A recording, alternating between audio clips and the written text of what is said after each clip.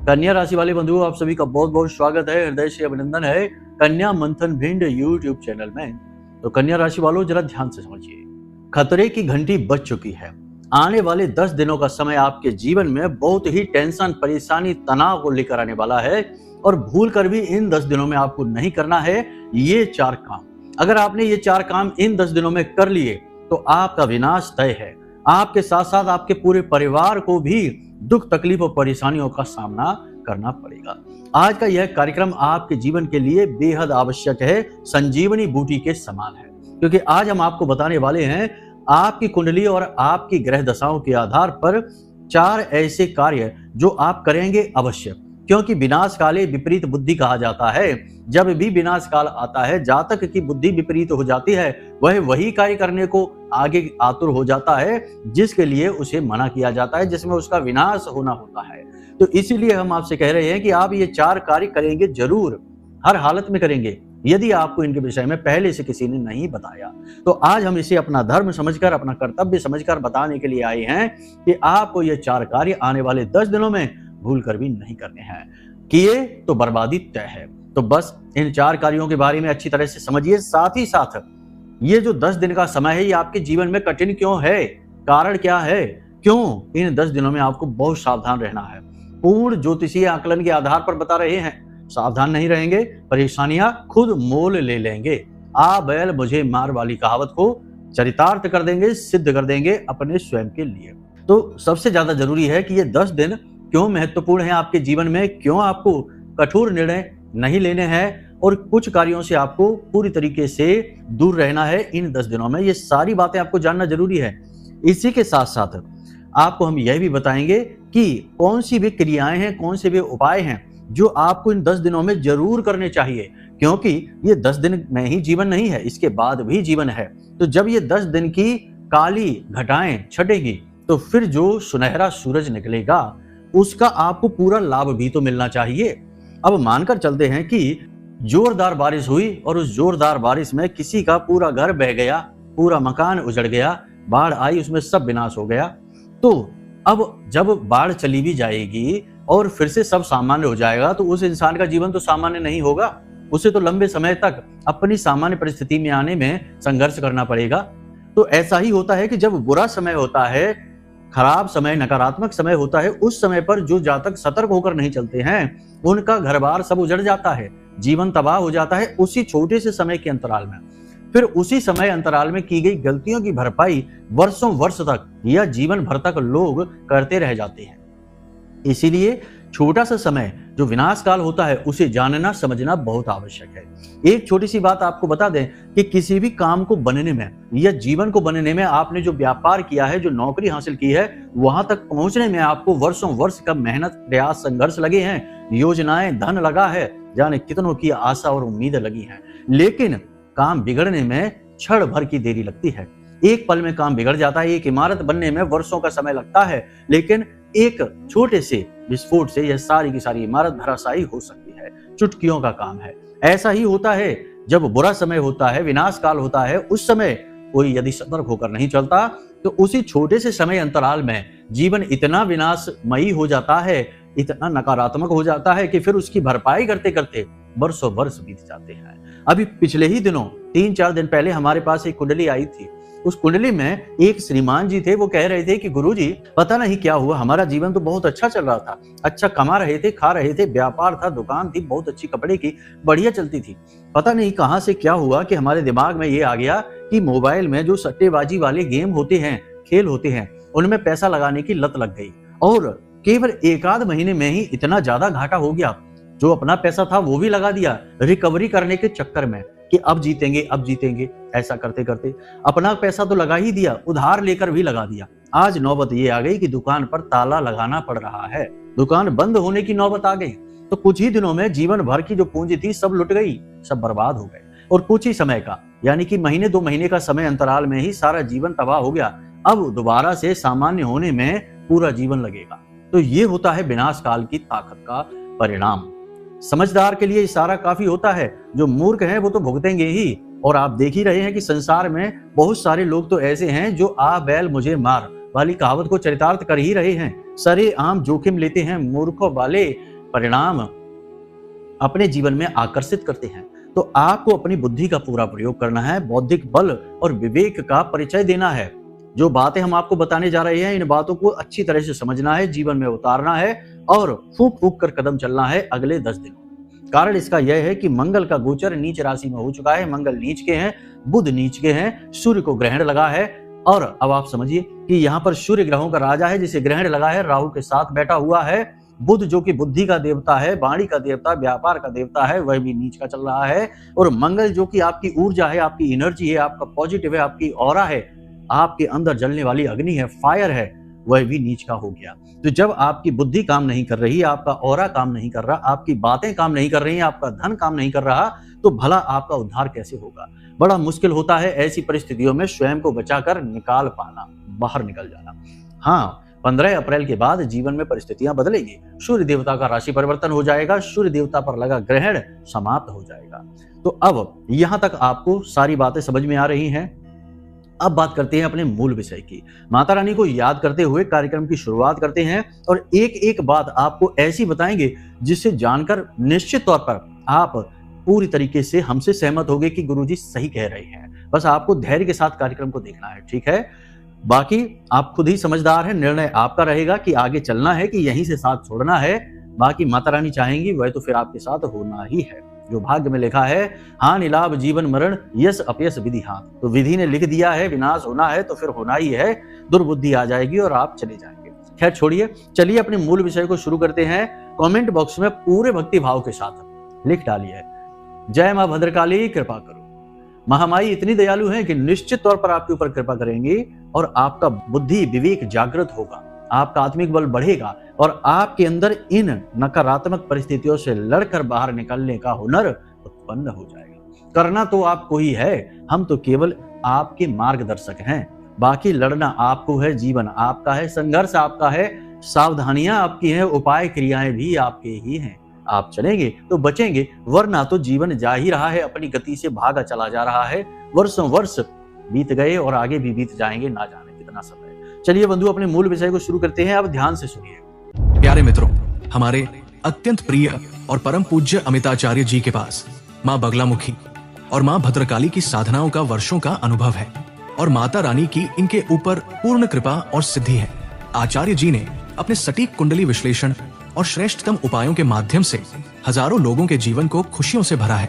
आचार्य जी का कुंडली विश्लेषण और उपाय करवाने का तरीका इतना अद्भुत है कि जीवन के हर एक दुख और कष्ट का कारण जड़ से ही समाप्त हो जाता है। फिर समस्या चाहे जैसी भी हो, कर्जा बहुत बढ़ गया हो, व्यापार चल नहीं रहा हो, बीमारियों में आप बर्बाद हो चुके हो, रिश्तों में प्रेम समाप्त हो चुका हो, या फिर नौकरी ही ना मिल रही हो, विवाह में देरी होती हो, कैसी भी समस्या हो, इन समस्याओं का कारण क्या है, कौन सी महादशा परेशान कर रही है, कौन सा दोष लगा हुआ है, सब कुछ आचार्य जी इतना सटीक बताते हैं कि वर्षों वर्ष के दुख कुछ ही दिनों में समाप्त हो जाते हैं। अगर आपके जीवन में भी कोई ऐसी संकट की घड़ी है तो यही सही समय है जब आप पूज्य आचार्य जी के हाथों से अपनी कुंडली का विश्लेषण करवाएं और वर्षों से चल रहे दुखों और संकटों के इस चक्र से बाहर निकल जाएं। प्यारे मित्रों, अभी वीडियो में दिए गए नंबरों पर फोन करिए और अपनी कुंडली का श्रेष्ठतम आकलन करवा डालिए। जिंदगी बदलने का ये सबसे बड़ा मौका हाथ से मत जाने दीजिएगा। जय माई की, महामाई आपका कल्याण करे। 4 ऐसे काम या यूं कहें कि गलतियां जो आपको नहीं करनी है। सबसे पहला, बहकावे में नहीं आना है। किसी के बहकावे में नहीं आना है। ध्यान से समझना है, ये बातें बहुत ही महत्वपूर्ण हैं। छोटी छोटी बातें हैं लेकिन इनके परिणाम बड़े ही खतरनाक होते हैं, विध्वंसक हो जाते हैं। कैसे? ध्यान से समझिए। अगले 10 दिनों में कोई व्यक्ति आपके जीवन में आएगा या आपको कहीं से पता लगेगा, कोई सलाहकार बनकर आ जाएगा। क्योंकि जब बुरा वक्त आता है ना, तो हमें बुरे वक्त में विनाश की ओर ले जाने के लिए तमाम सलाहकार भी हमारे पास आ जाते हैं अपने आप ही। और जब अच्छा वक्त आता है तो ऐसे लोग हमसे अपने आप ही दूर हो जाते हैं। ये चलता रहता है क्रम। तो कोई व्यक्ति आपके जीवन में ऐसा आ सकता है जो आपको ऐसी सलाह देगा कि इस जगह पैसा लगा दो, इस काम में पैसा लगा दो, हमारे साथ पार्टनरशिप कर लो, इस व्यवसाय में, इस प्रॉपर्टी में, इस जगह पैसा लगा दो, बिजनेस व्यापार में पैसा लगा दो, कोई रिश्ते नाते की बात आगे बढ़ा लो, कोई वैवाहिक संबंध करवा लो, किसी भी प्रकार का कोई आपको प्रस्ताव ऐसा मिल सकता है, कोई सलाहकार ऐसा मिल सकता है जो आपके मन में कुछ ऐसी बातें डालेगा जिनकी ओर आप आकर्षित होंगे, जिनसे आप तुरंत प्रभावित हो जाएंगे। ऐसा होता है, लोग अक्सर दूसरों की बातों में आकर निर्णय ले लेते हैं। वे उनके स्वयं के निर्णय नहीं है, वे दूसरों के निर्णय हैं जो उन्होंने बड़ी चतुराई से आपके दिमाग में डाल दिए। अब ना तो वह आपका निर्णय है, ना ही आपका विचार है। अब आने वाले जो परिणाम हैं उनके लिए आप तैयार ही नहीं है, तो फिर खत्म हो जाती है जिंदगी की कहानी। पूरा का पूरा जीवन तबाह हो जाता है। लोग रोते रहते हैं, बिलखते रहते हैं कि अब क्या करें। लेकिन जिंदगी की क्रूरता तभी समझ में आती है जब हमारे ऊपर से जिंदगी गुजर जाती है, हमें रौंदते हुए। हमारी समस्याएं, परेशानियां सुनने वाला कोई नहीं होता। हमारे अपने भी हमारा साथ छोड़ जाते हैं। ऐसी परिस्थिति में तो आपको कान के कच्चे नहीं बनना है, किसी की बातों में नहीं आना, किसी के बहकावे में नहीं आना। जो आपका मन करे केवल वही करना। और आपका मन क्या करेगा हम आपको बता दें। कोई नया वाहन नहीं खरीदना इन 10 दिनों में, कोई प्रॉपर्टी नहीं खरीदना, कोई नई डील नहीं करना, पार्टनरशिप नहीं करना है, कोई व्यवसाय शुरू नहीं करना है, अपने चल रहे व्यवसाय में कोई परिवर्तन नहीं करना है, नौकरी में कोई परिवर्तन नहीं करना है, उच्च अधिकारियों से किसी भी प्रकार से बहस, किसी भी प्रकार से आर्ग्यूमेंट नहीं करना है, और ज्यादा अपने आप को आगे प्रमोट करने की कोशिश नहीं करना है, यानी अपने आप को महत्वपूर्ण दिखाने की कोशिश नहीं करना है। आपको थोड़ा झुक कर चलना है, संभल कर चलना है, सावधानी से चलना है। कोई भी विचार आपके सामने आ रहा है उसे अपने पास रख लो, कोई प्रस्ताव आ रहा है उसे रख लो और समय मांगो। उससे कहो कि अभी मुझे समय दो, अभी हमें विचार करने दो। उस पर अच्छी तरह से विचार करो। इस 10 दिन के समय को गुजर जाने दो। सूर्य के राशि परिवर्तन के बाद फिर बताएंगे आपको कि करना है कि नहीं करना है, क्योंकि ग्रहों की स्थितियां क्या होंगी, तब उन स्थितियों के अनुसार परिस्थितियां क्या होंगी, तब आपको बताया जाएगा। तब तक फिलहाल के लिए चीजों को रोक दो। कागज, डॉक्यूमेंट वगैरह साइन सोच समझ कर करना, ठीक है। पैसे का लेन देन बड़ा ही संभल कर करना, क्योंकि धोखेबाजी के, फ्रॉड के पूरे अवसर बन रही हैं। बहुत सारे लोगों के जीवन में ये होगा। आप हमसे लिख कर रख लेना। तो संभल कर चलना है आपको, ये बहुत जरूरी है। दूसरा कार्य, अपने गुस्से, अपने चिड़चिड़ेपन को, अपने स्वभाव को नियंत्रित करना है, अपनी वाणी को नियंत्रित करना है, अपने शब्दों को सोच समझकर प्रयोग करना है। चाहे कोई भी व्यक्ति आपके सामने हो, चाहे वह आपको पसंद हो या ना हो, आपका अपना हो या पराया हो, कोई भी व्यक्ति आपके सामने है, आपको बहुत कम बोलना है, सोच समझकर बोलना है, अपने शब्दों को सोच समझकर प्रयोग करना है। आपका बुध अभी नीच का है, वाणी आपकी असंतुलित होगी, कठोर शब्दों का आप प्रयोग कर लेंगे, बात बिगड़ जाएगी और इस समय आपका स्वभाव भी क्रोधी रहेगा, आपको जल्दी गुस्सा आ जाएगा और बात बहुत ज्यादा बिगड़ जाएगी। बात इतनी बिगड़ सकती है कि झगड़ा ज्यादा हो सकता है, विवाद बहुत बढ़ सकता है, कोर्ट कचहरी तक बात पहुंच सकती है। आपका समय, आपकी ऊर्जा और आपका अपना पूरा खुशियों का वातावरण सब बर्बाद हो सकता है। अपने ऊपर नियंत्रण रखें, भाषा शैली को संभाल कर चलें, किसी से बहस ना करें, किसी से तर्क कुतर्क और वितर्क के चक्कर में ना पड़ें। जो जैसा चल रहा है वैसे रहें, शांत रहें और संभल कर रहें। यही आपके लिए सबसे बड़ा वरदान साबित होने वाला है। तो बस ये 2 कार्य हैं। तीसरा कार्य, प्रॉपर्टी से लेकर किसी भी प्रकार का कोई निवेश नहीं, हिस्सेदारी बंटवारी के लिए कोई भी किसी भी प्रकार का झगड़ा नहीं, बहस नहीं, और प्रॉपर्टी में कोई पार्टनरशिप वगैरह का अगर आपके कोई मुद्दा चल रहा है, कोई विषय चल रहा है, उसे जैसा चल रहा है वैसे ही चलने देना है, उसमें कहीं आगे नहीं बढ़ना है। कोई विवादित स्थिति यदि चल रही है, कोर्ट कचहरी में केस चल रहा है, कोई बात चल रही है, कोई विवाद है, तो उसे सुलझाने के लिए अभी आपको अपनी तरफ से कोई प्रयास नहीं करने हैं। यानी प्रॉपर्टी के लिए बहुत सावधान रहना है। जो लोग प्रॉपर्टी का बिजनेस करते हैं, रियल एस्टेट वगैरह का बिजनेस करते हैं, प्रॉपर्टी डीलिंग का काम है, उन लोगों को बहुत संभल कर चलना है। नए सौदे अभी नहीं करने हैं, लालच भरे सौदों की ओर नहीं जाना है, पैसा जस्ट डबल हो जाए ऐसी कोई योजना जीवन में नहीं लानी है। ये सारे के सारे छलावे हैं, धोखा है जो राहु रच रहा है आपको भ्रमित करने के लिए, परेशान करने के लिए, क्योंकि आपकी कुंडली में शक्तिशाली ग्रह अभी कमजोर हुए बैठे हैं। तो ऐसे में आप गलत निर्णय ले सकते हैं। तो इन छलावों से दूर रहना है। प्रॉपर्टी से जुड़े लोगों को बहुत संभल कर चलने की जरूरत रहेगी। चौथा, ये विषय थोड़ा सा नाजुक है, इसे संभल कर आपको समझना होगा। ध्यान से समझिए।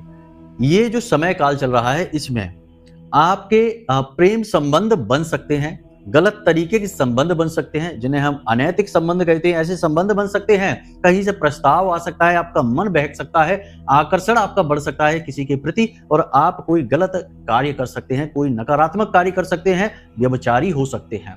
ये समय व्यभिचारी होने का है, कहने का मतलब यह है। तो पर स्त्री गमन और व्यभिचार से दूर रहना है। किसी प्रकार का आपको ऐसा प्रस्ताव मिल रहा है तो समझ जाइए ये आपकी छवि खराब हो जाएगी, यहाँ पर आपके ऊपर दाग लग जाएगा, आपका निर्मल चरित्र दूषित हो जाएगा। और एक बार चरित्र दूषित हुआ तो फिर जीवन में उसे कभी सुधारा नहीं जा सकता है।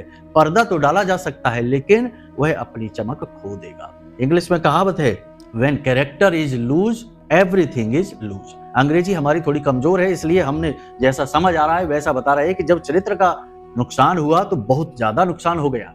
वैसे पूरी कहावत यह है कि जब आपका धन गया तो कुछ भी नहीं गया, जब आपका तन गया तो समझो थोड़ा बहुत गया, लेकिन जब आपका चरित्र गया तो समझो सब कुछ चला गया, अब वापस नहीं आएगा। तो ये चीज आपको ध्यान देनी है। 10 दिनों में आपको किसी भी प्रकार का कोई भी स्वयं में आकर्षण महसूस हो, कोई भी प्रस्ताव हो, किसी भी प्रकार का कोई भी किसी की तरफ अट्रैक्शन हो, समझ जाइए, अपने आप पर मन पर काबू रखिए। ये समय है आपको स्थिर होने का, ना कि बहकने का, ना ही चंचलता दिखाने का। ये स्थिरता का समय है, बहकावे का समय नहीं है। तो यहाँ पर ये हो सकता है, देखिए हमने पहले ही कहा कि ये विषय थोड़ा नाजुक है, कुछ लोगों को हो सकता है ये बात अच्छी ही ना लगे, लेकिन सत्य की यही विशेषता है कि यह कड़वा होता है। और कलयुग में तो सत्य नग्न घूम रहा है, बेचारे के वस्त्र भी झूठ ने छीन लिए हैं। इसलिए सत्य लोगों को एकदम से जब सामने आए तो पसंद ही नहीं आता है, क्योंकि झूठ की इतनी लत लग चुकी है कि सब कुछ झूठ ही रंगा पुता अच्छा लगता है। सत्य उजला है लेकिन नग्न है, इसलिए लोगों को पसंद ही नहीं आता है। लेकिन जो है सो है, हमने आपको बता दिया। अगले 10 दिनों में यह स्थिति आपके जीवन काल में बनेगी। अगर बनती है, नहीं बनती तो कोई बात नहीं, पितरों का आशीर्वाद है, आपके कुल देवी देवता की कृपा है आपके ऊपर का आप इस तरीके के छलावों से बच रहे हैं। लेकिन यदि बनती है तो आप सतर्क हो जाना, यहां से आपका चरित्र हनन होगा, ठीक है। तो ये सावधानियां आपको बहुत जरूरी है। किसी भी स्त्री का अपमान नहीं करना है, खास तौर से वह स्त्री जो आपसे निचले दर्जे पर कार्य कर रही है। जैसे आपके ऑफिस में है कोई ऐसा कर्मचारी है, महिला है जो आपसे निचले पद पर कार्य कर रही है, उनका अपमान नहीं, अपनी पत्नी का अपमान नहीं, अपनी बहन का, माँ से भी बहुत से लोग असभ्यता से बात करते हैं। क्या किया जाए, कलयुग है, लोगों को अपनी वाणी पर नियंत्रण ही नहीं है। लोग इतने जले भुने घूम रहे हैं कि जहां जैसा मन करता है वहां वैसा बोल देते हैं, बाद में क्षमा भी नहीं मांगते हैं, पश्चाताप भी नहीं होता है। फिर यही उनके कर्म खराब हो जाते हैं और प्रारब्ध बिगड़ जाता है और फिर क्रिया शक्ति कमजोर हो जाती है तो कुछ काम ही नहीं करते हैं। इसीलिए समझिए, किसी महिला का अपमान नहीं करना है। यत्र नार्यस्त पूज्यन्ते रमन्ते तत्र देवता। महिलाओं से प्रेम से बात करिए, नहीं पसंद आ रहा है, लग रहा है कि झगड़ा हो सकता है, आपको उकसाने की कोशिश हो रही है, इस स्थिति से चले जाइए, परिस्थिति को बदलने की कोशिश करिए, वहां से उठ जाइए, चले जाइए। लेकिन खुद को असभ्य नहीं करना है, अपने शब्द का दुरुपयोग नहीं करना है, वरना आपका बुध और शुक्र दोनों ही खराब हो जाएंगे। स्त्री जो भी आपके आसपास घूम रही है वे शुक्र हैं, शुक्र का सूचक स्त्री होती है, इसलिए संभल कर आपको चलना है। ये सावधानियां बहुत जरूरी है, ठीक है। अब अंत में बात करेंगे सबसे महत्वपूर्ण कि लापरवाही अपनी सेहत को लेकर नहीं करना है। हमने पिछले कार्यक्रम में भी आपको कहा था कि आपके शरीर में ताप बढ़ेगा, पानी की कमी होगी, ब्लड प्रेशर से जुड़े रोग जो हैं वो आपके उभर सकते हैं, हॉस्पिटल पहुंचने तक की बात आ सकती है। तो ये चीज है, आपको अपने स्वास्थ्य पर विशेष ध्यान देना है, लापरवाही नहीं करनी है, पानी खूब पीना है, भोजन समय से लेना है, कम लेना है, मांसाहार से दूर रहना है, तामसिक भोजन यानी कि बहुत तीखा, बहुत मसालेदार और बहुत गर्मा गर्म, यानी बहुत से लोगों को आदत होती है गर्म भोजन खाते हैं, तो गर्म भोजन नहीं लेना है, चाय आदि से दूर रहना है। ये बहुत जरूरी है। याद रखना कि ज्योतिष के बड़े विचित्र नियम हैं। एक जगह नियम ऐसा भी है कि जिस व्यक्ति का पेट बाहर निकल आता है, जिसका पेट बाहर निकल आता है, जो बहुत मोटा हो जाता है, उस व्यक्ति का मंगल अपने आप ही खराब हो जाता है। अब कैसे खराब होता है? मंगल ऊर्जा है, एनर्जी है और एक योद्धा है, सेनापति है। अब सेनापति का काम है लड़ना, तो उसे ऐसे व्यक्ति अच्छे लगते हैं जो फिट होते हैं, ऊर्जावान होते हैं, तेजस्वी होते हैं, जिनके अंदर हर परिस्थिति को लड़ने का मानसिक और शारीरिक बल होता है। ऐसे लोग मंगल को अति प्रिय हैं। तो अब ऐसे में जिन लोगों का स्वास्थ्य जानबूझकर लोग खराब करते हैं, बहुत ज्यादा वजन बढ़ा लेते हैं, पेट बाहर निकल आया है, अब वे ठीक से कोई भी काम कर ही नहीं पा रहे, आलस ही रहता है, तो ऐसी स्थिति में मंगल खराब हो जाता है। ये बहुत ही जाना परिचय सा नियम है, आप भी इसे समझ लेना। तो अपने आप का, अपने स्वास्थ्य का विशेष ध्यान रखना ही रखना है। आपकी सेहत खराब हो सकती है, बुखार ताप आ सकता है, सिर में समस्याएं हो सकती हैं, बाल झड़ सकते हैं, दांतों से जुड़े रोग परेशान हो सकते हैं और आंखों में खास तौर से समस्या हो सकती है। इनके लिए आपको सावधान रहने की आवश्यकता है, अपना ख्याल रखिए। तो ये सारी चीजें हमने आपको बता दी हैं। बाकी किसी पर भी भरोसा नहीं करना है, पैसे रुपए को लेकर किसी पर भी नहीं। सारे पैसे रुपए से जुड़े कार्य आप अपनी निगरानी में करिए, खुद करिए, ठीक है। यहाँ तक सारी बातें आपने समझ ली हैं। सावधानियों की बात हमने यहाँ तक की है, सावधानी रखेंगे तो सुरक्षित रहेंगे। अब बात करते हैं उपायों की। बड़े ही सरल 2 उपाय आपको बताते हैं। देखिए, पिछले कार्यक्रम में भी हमने आपको बताया था कि चोला हनुमान जी को चढ़ाना है मंगलवार के दिन। और चोला किस प्रकार चढ़ाना है? चोला जो है ना, जो फॉर्मेलिटी वाला औपचारिक चोला है वो नहीं चढ़ाना है, आपको मन से चोला चढ़ाना है। वो हमने उस कार्यक्रम में बताया है। इस कार्यक्रम में हम आपको बताते हैं 2 उपाय जो हनुमान जी के हैं और मंगल के हैं, ठीक है। एक और खास बात कि यह पूरा वर्ष जो है ना 2025 ये मंगल को समर्पित है।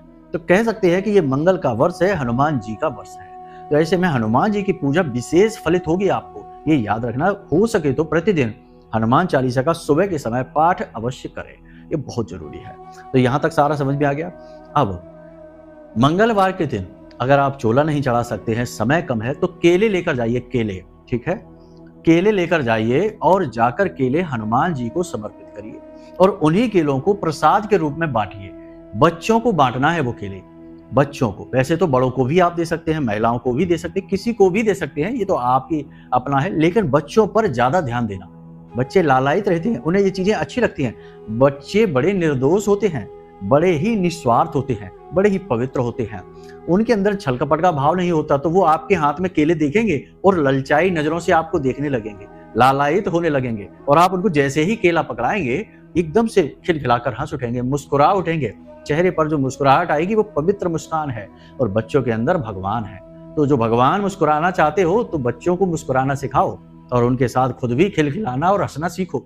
तो आपके साथ साथ भगवान भी हंसेंगे और फिर देखिए कि जिंदगी कैसे मुस्कुराती है। तो बच्चों को केले मंगलवार के दिन हनुमान जी को समर्पित करके उसके बाद बच्चों को बांटिए, बहुत ही अच्छा उपाय है। उसके बाद जब भी आपको ऐसा लगे, क्योंकि समय काल परिस्थितियां, कब किसके साथ क्या खेल खेलें, किसके साथ क्या उनका रूप रंग रहे, कैसा उनका व्यवहार रहे, समय और परिस्थितियों का ये किसी को नहीं पता। तो अब भी अगर आपको ऐसा लगे कि भाई बुरा समय है, कर्जे वाले परेशान कर रहे हैं, लोन चुका नहीं पा रहे हैं, व्यापार चल ही नहीं रहा है, बहुत टेंशन है, घर में भी क्लेश का माहौल है, तो आप कुछ मत करिए। छोटा सा एक कार्य है, इसे करना है। घर में या बाहर कहीं भी जाकर बैठ जाइए, एकांत होना चाहिए, शांति होनी चाहिए, शोर शराबा ना हो और प्रकाश की भी कम व्यवस्था हो, तेज प्रकाश ना हो। ऐसी परिस्थिति में जाइए, शांति के साथ बैठिए और थोड़ा सा सरसों का तेल लेना, जिसमें अपने अंगूठे पर, दोनों अंगूठों पर सरसों का तेल लगाकर और इस उंगली से, यानी कि जो अपनी तर्जनी उंगली है, इस उंगली से ऐसे मलना है, ठीक है। ये गुरु और मंगल का मेल है। गुरु है ज्ञान और मंगल है ऊर्जा, ठीक है। तो गुरु और मंगल का मेल है, ऐसे करके आपको मलना है और मंत्र मन ही मन बोलना है, ओम अम अंगारकाय नमः। फिर से सुनिए, ओम अम अंगारकाय नमः। इन उंगलियों को मलते हुए मंत्र को बोलेंगे। 10 से 15 मिनट के लिए बोलना है, बस एकांत में बैठकर ठंडे दिमाग के साथ। और आप देखेंगे कि एक अजीब सी पॉजिटिव एनर्जी ने आपको घेर लिया है। आपके अंदर कॉन्फिडेंस बढ़ जाएगा, आपका आत्मविश्वास बढ़ जाएगा, परेशानियों से आप बाहर निकल रहे हैं, ऐसी अनुभूति आपके अंदर होने लगेगी। और यदि आप शुद्ध और बुद्ध हैं, यानी कि बहुत ही पवित्र हृदय के इंसान हैं, तो हनुमान जी की ऊर्जा आपकी ओर आकर्षित होगी। स्वयं संकट मोचन आपके संकट हरने के लिए आ जाएंगे आपके पास। ये बहुत ही शक्तिशाली उपाय हैं, छोटे छोटे हैं लेकिन क्रियाएं बड़ी शक्तिशाली हैं, इनके प्रभाव बहुत ही असरदार हैं, आजमाए हुए हैं। इसे आप करके देखना। तो चलिए बंधु, उम्मीद करते हैं कि यहाँ तक सारी बातें आपको समझ में आ गई हैं। अब इन बातों का जीवन में उपयोग जरूर करना। हमने जो आपसे कह दिया है, ये घटनाएं आपके जीवन में घटेंगी। हो सकता है 1-2 घटनाएं ना घटे, लेकिन अधिकतर घटनाएं आपके जीवन में घटने वाली हैं। सावधानी आपकी आपको बचाएगी, ठीक है। तो चलिए बंधु, आज के इस कार्यक्रम को यहीं पर विराम देते हैं। अब यदि कोई मन में प्रश्न उठे, ये कुंडली विश्लेषण कराना है, तो वीडियो में नंबर दे दिया है, इन नंबरों पर फोन करिए और हम स्वयं आपकी कुंडली का विश्लेषण करके आपको दे देंगे। आपके जीवन की समस्या है और उनके समाधान है, आपको पकड़ा देंगे। फिर आपका तो उद्धार होना ही है, क्योंकि जब मार्गदर्शन हो गया तो मार्ग पर चलना तो कौन सी बड़ी बात है, खुद ही आप चलेंगे। तो चलिए बंधु, हमेशा हंसते रहिए, मुस्कुराते रहिए, सकारात्मक रहिए और महामारी पर अपनी आस्था और विश्वास बनाकर रखिए, क्योंकि आपका उद्धार तो वहीं से होना है। तो प्रेम से बोलिए, जय माई की। महामाई आपका कल्याण करेंगी। धन्यवाद।